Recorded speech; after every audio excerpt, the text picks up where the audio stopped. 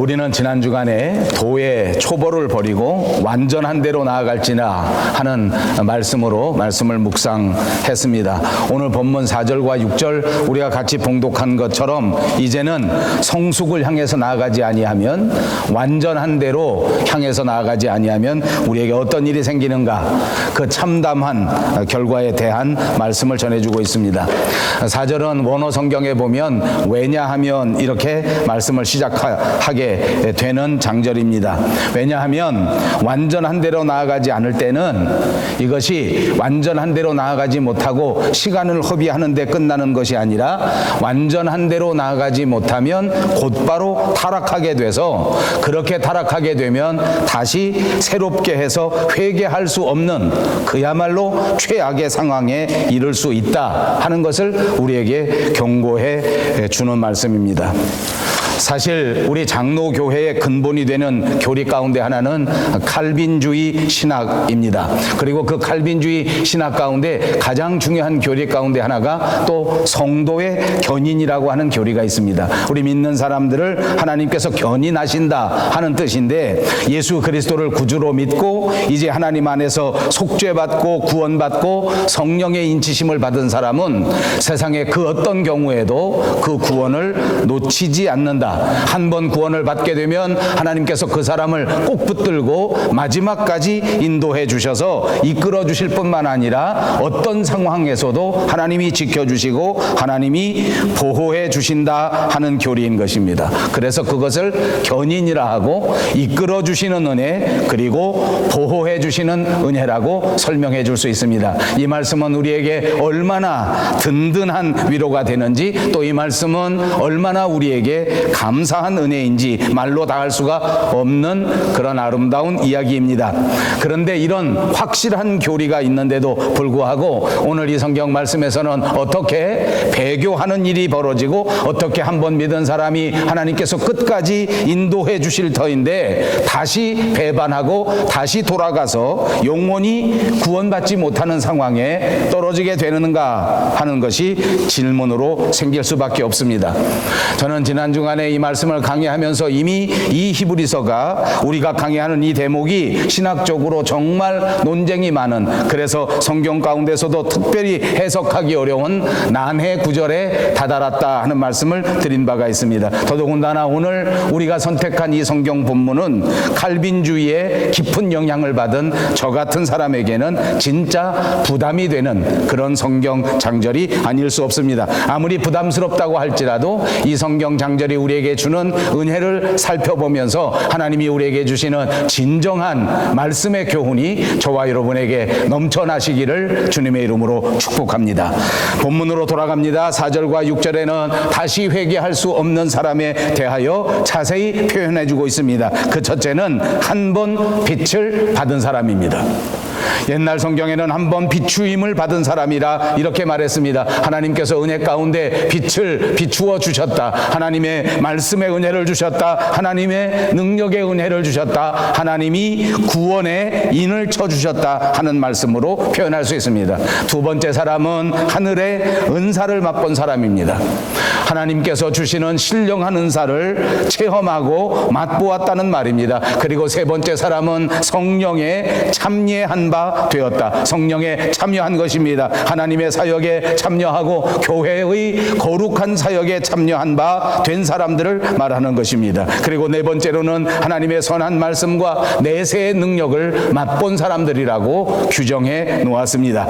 하나님의 선한 말씀의 진리를 깨닫고 그 말씀이 우리의 마음을 감동시킬 뿐만 아니라 그 말씀이 꿀송이처럼 달아 말씀대로 살겠다고 결심한 사람들을 말하는 것 아닙니까? 그리고 또 내세를, 그 능력을 맛보았습니다. 하늘의 소망 때문에 세상을 견뎌내는 능력을 말하는 것입니다. 신령한 은혜를 바라보면서 하나님께서 기다리시는 저 천국을 바라보면서 얼마든지 이 세상에서 죄를 물리치고 죄를 거절하고 암흑을 거절하고, 그리고 하나님의 말씀대로 꿋꿋하게 정직하게 성실하게 살아가는 능력을 맛본 사람을 가르쳐 말하는 것입니다.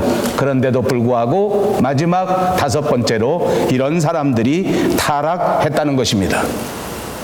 이렇게 은혜를 받고도 타락해버렸습니다. 이렇게 능력을 체험하고도 타락해버렸습니다. 이렇게 하늘의 신령한 말씀 안에 선택받았는데도 불구하고 스스로 자유의지를 갖고 하나님의 나라를 등진 채 어둠을 향해서, 세상을 향해서 나아가 버렸다는 것입니다.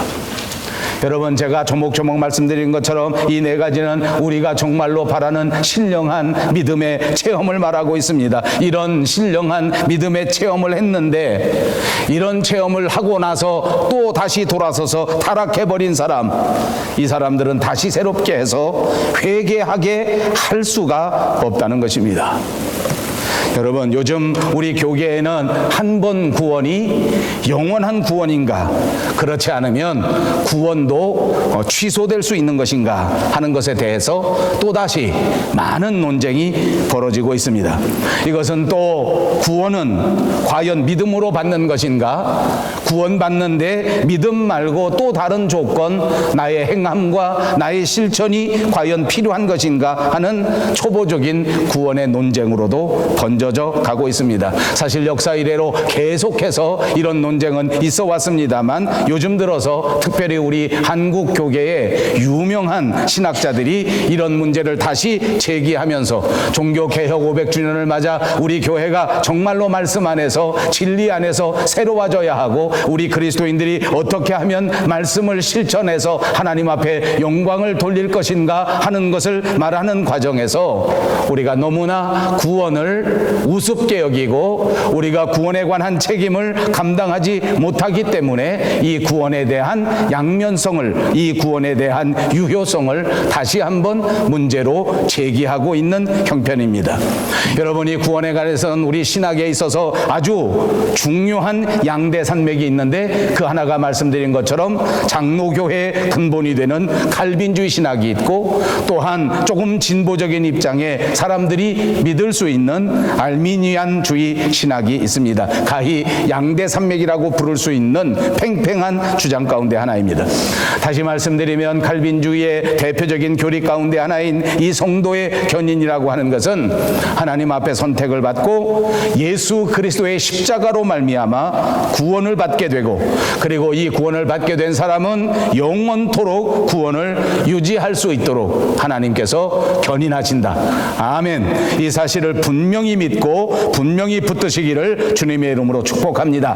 칼빈주의에 의하면 우리가 한번 하나님 앞에 구원을 받고 하나님의 능력 가운데 새로운 사람이 되어지면, 그리고 난 다음에는 결단코 이 세상에서 떨어지지 않고 이 세상에서 다시 구원을 잃어버리지 않는다는 은혜의 교리인 줄로 믿습니다.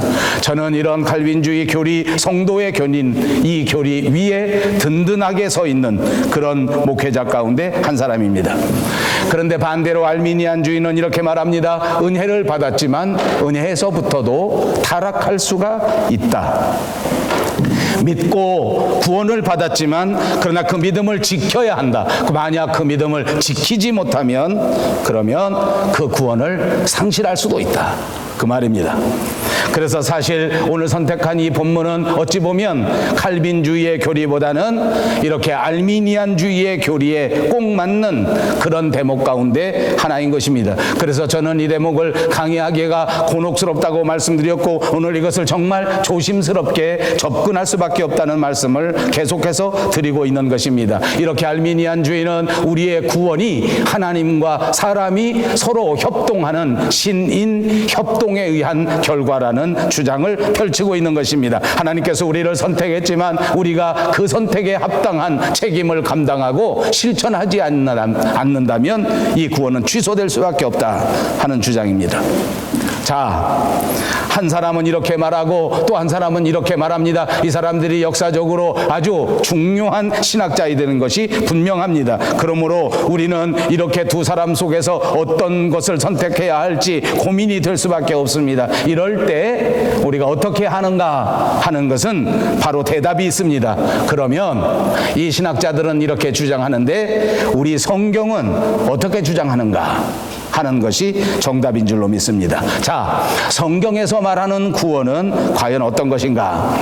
자, 결론부터 말씀드리면 여기 깊은 문제가 있습니다. 성경에서 말씀하는 구원은 이 양쪽 신학자들이 주장하는 주장을 모두 포함하고 있습니다. 다시 말하면 결단코 취소될 수 없는 구원, 이것을 성경은 분명히 말씀하고 있습니다. 그럼에도 불구하고 상실할 수도 있는 구원을 우리에게 말씀하고 있는 것입니다.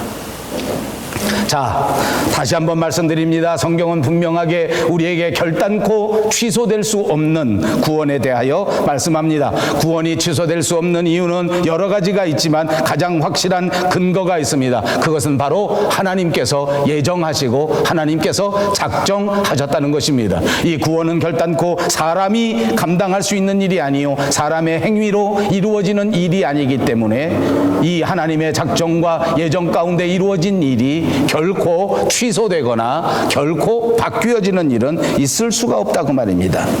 또 하나 있습니다. 이 구원의 근원을 살펴보니 그것은 십자가 위에서 흘려주신 예수 그리스도의 보혈의 공로로 이루어진 사실입니다. 예수님은 히브리서가 계속해서 강조해서 말씀하시는 것처럼 저와 여러분의 완전한 대제사장이신 줄로 믿습니다. 그리고 예수님은 이 땅에 오셔서 당신의 몸을 아낌없이 십자가 위에 내어주시면서 하나님께서 맡겨주신 양떼들을 하나님께서 선택하신 모든 사람들을 한 사람도 잃어버리지 아니하시고 그 귀하신 보혈로 대신 값을 치루어 주시고 영원토록 우리를 붙잡으시며 보혜사 성령 하나님을 우리에게 보내주시면서 마지막까지 하나님의 나라로 우리를 이끌어 주시기 위하여 십자가를 지시고 오늘 이 순간까지 저와 여러분에게 기도해 주시는 분인 줄로 믿습니다. 그렇습니다. 그러므로 우리의 구원은 결단코 우리에게서 난 것이 아닙니다. 우리의 믿음으로 생겨진 것도 아닙니다. 우리의 행위로 생겨진 것도 아닙니다. 하나님께서 우리에게 은혜로 주신 선물인 줄로 믿습니다. 사랑하는 여러분, 이 사실을 꼭 믿으십시오. 하나님께서 은혜 가운데 저와 여러분에게 구원을 선물로 주셨습니다. 그리고 이 선물 하나님께서 주신 구원은 결단코 그 어느 누구도 우리에게서 빼앗아 갈 수가 없습니다. 어떤 상황에서도 하나님께서는 저와 여러분을 붙잡으시고 마지막 주님을 만나는 그 순간까지 저와 여러분을 견인해 주시고 인도해 주시고 보호해 주실 것을 꼭 믿습니다. 저는 신학적으로 목회학적으로 모든 것을 걸고 이 견해를 확실하게 지지합니다. 그러나 말씀드린 것처럼 성경은 종종 상실될 수도 있는 구원에 대해서 말씀하고 있습니다. 예를 들어 보겠습니다. 우리가 잘 아는 것처럼 성령 모독죄라는 것이 있습니다.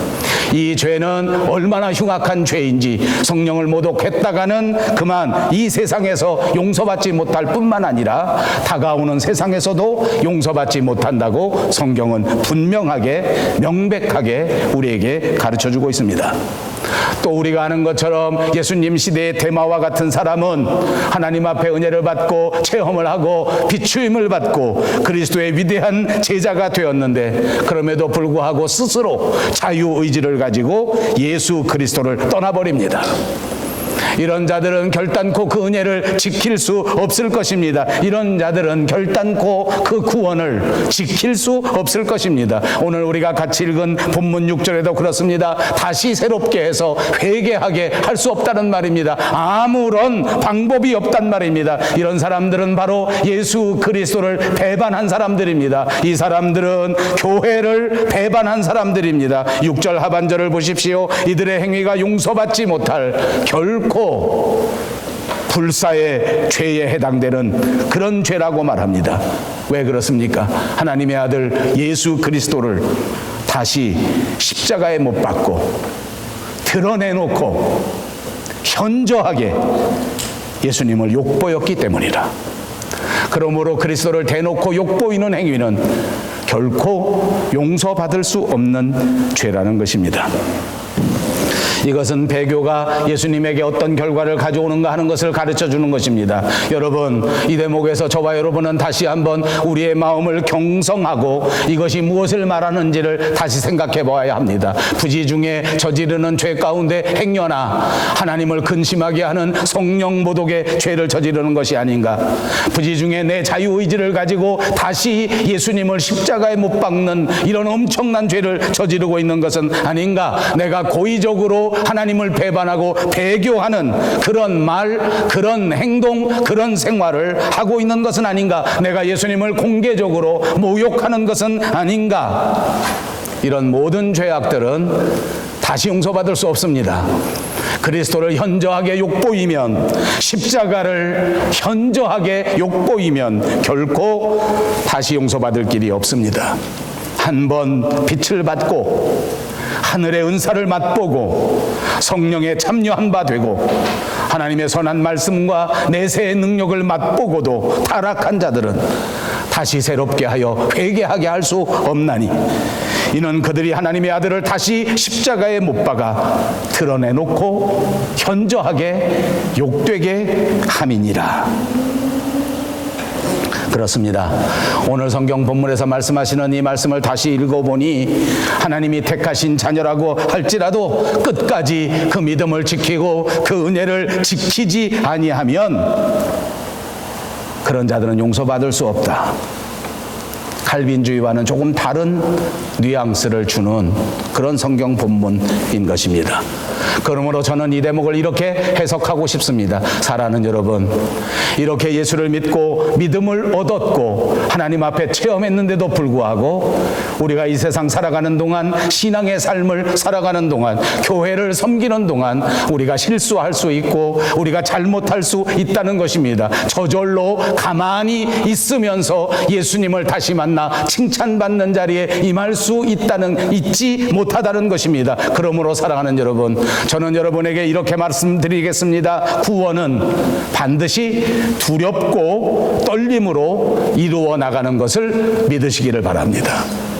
더더욱 두렵고 떨리는 마음으로 이 구원을 지켜야 합니다. 위대한 사도 바울도 우리에게 말합니다. 빌립보서 3장 12절에 내가 이미 얻었다 함도 아니요 온전히 이루었다 함도 아니라 오직 내가 그리스도 예수께 잡힌 바 된 그것을 잡으려고 달려가노라. 아멘. 우리의 신앙생활이 날마다 이렇게 두렵고 떨리는 마음으로 십자가를 향하여 뛰어가는 신앙의 삶이 되어야 한단 말입니다. 날마다 죄악된 세상을 바라보면서 경성함으로 내가 이 죄악에 빠져서는 안 되겠다, 내가 이 실수에 빠져서는 안 되겠다, 내가 좌로나 우로나 치우쳐서는 안 되겠다, 내가 이렇게 게을러서는 안 되겠다, 더 열심히 일어나서 우리 하나님이 우리에게 주신 은혜의 구원을 완성하도록 최선을 다하여야 되겠다라고 결심할 수 있는 저와 여러분들이 다 되시기를 주님의 이름으로 축복합니다. 7절과 8절로 가겠습니다. 땅이 그 위에 자주 내리는 비를 흡수하여 밭 가는 자들의 쓰기에 합당한 채소를 내면 하나님께 복을 받고, 만일 가시와 엉겅퀴를 내면 버림을 당하고 저주함에 가까워 그 마지막은 불사름이 되리라.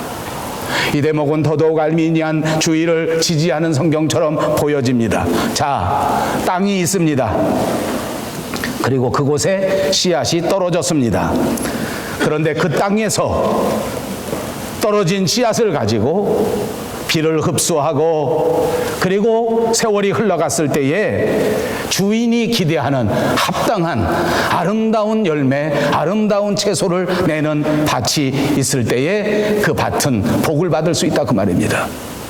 그런데 똑같은 환경 속에서, 똑같은 밭에서 똑같이 신앙생활 했는데, 똑같이 은혜를 체험했는데, 똑같이 말씀을 들었는데 그만 열매를 맺지 못한 채 가시를 내고 엉겅퀴를 낸다고 하면 그는 버림을 받고 저주함을 받을 뿐만 아니라 마지막에는 불사르는데 던져질 수밖에 없다는 말씀입니다. 여기서 강조하는 것이 있습니다. 그것은 바로 밭이 책임질 일이 있다는 것입니다. 오늘 하나님 앞에 은혜를 받은 저와 여러분 모두에게 거룩한 책임이 있다는 것을 가르쳐 주는 것입니다. 사랑하는 여러분, 우리가 예수를 믿었습니다. 우리가 하나님의 은혜 가운데 구원을 받았습니다. 명심하십시오. 우리에게는 이제부터 거룩한 책임이 있습니다. 오늘 우리 조장로님이 기도하신 것처럼 우리 거룩한 성도들은 비둘기 같은 성령을 받은 사람입니다. 그러므로 우리의 책임은 무엇입니까? 나날이 부드러워지고 겸손해지는 것입니다. 내 성격을 내 마음대로 할 수 없다. 아니요. 그렇게 하는 것은 마치 밭이 가시와 엉겅퀴를 내는 것과 똑같습니다. 내가 태어날 때는 성질이 급하게 태어났다고 할지라도, 내가 태어날 때는 내 성질이 포악하게 태어났다고 할지라도, 내가 그리스도의 말씀으로 은혜를 받았으면 이제부터 내 책임이 내 성격을 통제할 수 있어야 될 줄로 믿습니다. 나는 이렇게 생겨 먹었다. 아니요. 아무리 막 생겨 먹었어도 그리스도인이 되었으면 그리스도인답게 거룩하게 살아야 할 책임이 우리에게 있습니다. 사랑하는 여러분, 저와 여러분은 영성교회의 교인입니다. 우리는 다른 사람들보다 훨씬 더 성령 충만해야 됩니다. 그렇게 믿습니까? 지난주에 우리 교회에 초청해서 오신 분 목사님 성함이 성영호 목사님이신데, 여러분 설교하실 때 그분이 뭐라고 하셨습니까? 자기가 성령이 오셨다는 거예요. 아버지, 나 깜짝 놀랐어요. 집에 가서 다시 들어보니 정말 깜짝 놀랐어요. 그러고 보니 성령호, 그래서 성령이 오셨다. 여러분, 우리가 밴쿠버 영성교회 하나님의 은혜 가운데 부름을 받고 영성교회 성도가 돼서 내가 영성교회라고 하는 밭이 되었는데, 오늘 하나님 앞에 어떤 열매를 내어야 할 것인가? 마지막에 하나님이 기뻐하시는 아름다운 열매를 내고 하나님을 복되게 할 뿐만 아니라 하나님 앞에 영광을 돌리는 성도가 되어야 할 터인데, 아무 열매를 맺지 못한다면 그는 정말 부끄러울 수밖에 없는 것입니다. 사랑하는 여러분, 우리는 이 대목을 해석하고 이 말씀을 받으면서 칼빈주의가 어떻고 알미니안주의가 어떻고, 때로는 칼빈주의자는 이렇게 선택합니다. 아까 말씀드린 네 가지 체험이 진짜 체험이었다면 결코 성도의 견인이 이루어지지 않았을 리가 없다. 그러니까 오늘 이 성경 장절에 나오는 것은 한 번 비침을 받았다고 할지라도 진짜 비침이 아니고 가짜인 것이다. 체험을 했다고 할지라도 가짜 체험을 한 것이다 라고 해석합니다. 저도 그렇게밖에 해석할 수가 없습니다. 그러나 오늘 성경의 말씀은 그런 해석이 중요한 것이 아닙니다. 이 체험을 하고도 또 타락을 할 수 있느냐 없느냐 하는 것은 신학자들이 해야 될 일입니다. 그들이 하라고 내버려 두십시오. 우리는 이 대목에서 가장 중요한 초점이 있습니다. 그것이 뭔지 압니까? 우리가 예수를 믿고 그리스도인이 되었는데 날마다 도의 초보를 버리고 완전한 대로 나아가야 하는데, 만약 완전한 대로 나아가지 못하면 이런 밭이 될 수밖에 없다는 것입니다. 이런 수치를 당할 수밖에 없다는 것입니다. 누가 그렇게 해야 합니까? 저와 여러분이 그렇게 해야 합니다. 이제 한 걸음 더 성숙해지는 여러분 되시기를 바랍니다. 이제 한 걸음 더 완전한 대로 나아가는 용기 있는 신앙인들이 꼭 되시기를 바랍니다. 예수를 믿었는데 여전히 죄와 타협하고 현실과 타협하고 육신과 타협하는 나약한 자들이 되지 마시고, 이제는 그리스도인답게 담대하게 죄를 물리칠 수 있는 저와 여러분들이 되시란 말입니다. 이제는 욕망 정도는 통제할 수 있는 성숙한 자들이 되십시오. 이제는 나만 생각하는 어린아이가 아니라 이제는 공동체를 생각할 수 있는, 이제는 가정을 생각할 수 있는, 이제는 하나님의 나라를 생각할 수 있는 완전한 그리스도인, 성숙한 그리스도인들이 꼭 되라는 말입니다. 그래서 하나님이 기뻐하시는 아름다운 열매를 맺어야 한다는 것이 오늘 이 성경 본문 말씀의 가장 중요한 핵심인 줄로 믿습니다. 그러므로 우리는 이 대목을 바라볼 때 분명히 기억하십시오. 하나님이 바라시는 열매를 맺어야 할 책임이 있다. 마지막 구절을 살펴봅니다. 사랑하는 자들아, 우리가 이같이 말하나 너희에게는 이보다 좋은 것 곧 구원이 속한 것을 확신하노라. 사랑하는 자들아, 우리가 이같이 말하나 너희에게는 이보다 좋은 것 곧 구원에 속한 것이 있음을 확신하노라. 여러분, 이 히브리서 저자를 보십시오. 1절 말씀에 보면 여기 우리라는 표현, 1인칭 표현이 오늘 6절에 가서 보면 그들이라는 3인칭으로 다시 변환됩니다. 그리고 오늘 9절에 보니까 다시 우리라고 바뀝니다. 이것을 나중에 자세히 읽어보십시오. 이 히브리서 저자는 우리 모든 히브리 사람들이 이렇게 구원을 체험하고 이렇게 하나님 앞에 한번 비침을 받은 그런 사람들인데, 그런 사람들도 이렇게 타락하면, 이렇게 잘못되면 구원을 잃어버릴 수 있다라고 말씀하는 것처럼 보여지지만, 결과적으로는 그렇게 타락하는 사람은 그들이라고 표현하고, 그런 가운데서도 믿음을 지켜서 하나님을 영화롭게 할 수 있는 자들은 우리라고 표현하고 있는 것입니다. 얼마나 놀라운 진리의 말씀인 줄로 모릅니다. 그렇습니다. 오늘 히브리서를 기록한 저자는 분명 우리 그리스도인이라고 할지라도, 아니 오늘 밴쿠버 영성교회 예배하는 저와 여러분 모두가 다 직분자요, 모두가 다 선택받은 자라고 할지라도 우리도 두렵고 떨리는 마음으로 이 구원을 완성시켜 나가야 한다라고 말씀하고 있습니다.